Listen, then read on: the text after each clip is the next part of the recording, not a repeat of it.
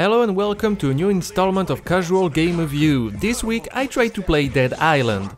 Dead Island got a major hype when the pre-rendered trailer was released. Not showing any trace of gameplay footage, it showed a really dramatic scene of a zombie attack in an hotel, all in reverse. It was really effective to draw you in and made me curious about the game. After playing for 200 hours Left 4 Dead 1 and 2, I was really interested in Dead Island that promised a full story mode playable in co-op. After some digging, it showed that the game would be an action RPG game, which was still interesting to me.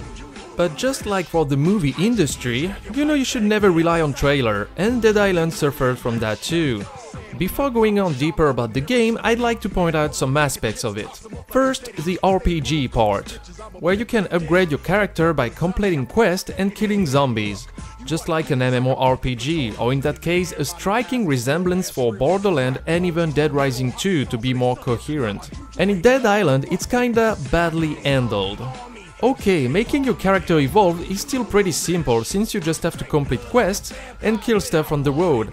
But for the quest, really early in the game, you will be given a lot of them, and I mean a lot. Most survivors gather in one place and prefer to pick their nose and wait for you to do something. It might come as convenient when you want to complete all those quests, but also it distracted me from realizing I completely forgot about the main plot. Also, considering I'm a casual gamer, I didn't spend much time trying to figure what to do and in what order, meaning I basically followed my little GPS radar and slayed stuff until the game granted me to be a winner.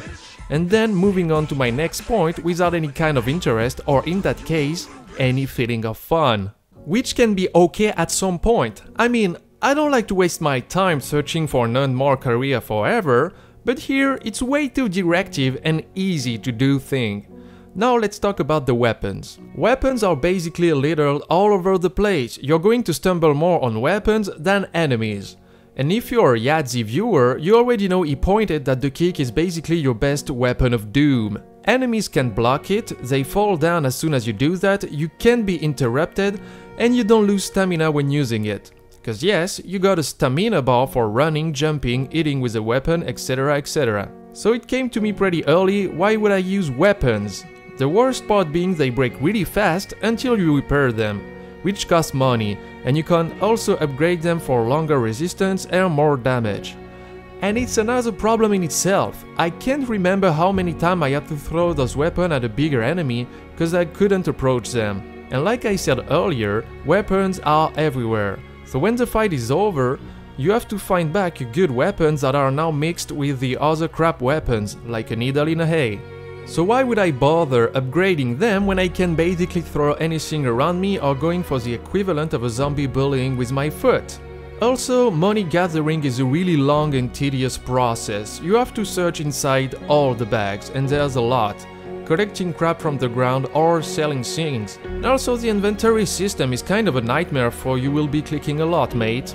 Also usually, if a game interface is not really good, I will still play it if the story is very engaging. But here, it didn't work. I had absolutely no interest for my protagonist, and apart from the really old zombie apocalypse cliché, I didn't care at all. For example, Left 4 Dead is not really heavily story-driven, but the arcade gameplay is really well done and enjoyable. On the contrary, Dead Island suffered from a cluttered gameplay and non-interesting story. To be quite honest, I didn't play much of the game, just a couple hours. But you have to understand that everything I mentioned earlier is kinda a deal breaker for me. I'm going to pull my casual gamer card by saying I don't have much time to play, so if a game interface and gameplay seems like work to me, and the storyline doesn't make me want to go on to discover the intrigue, I really have no motivation to go on with it.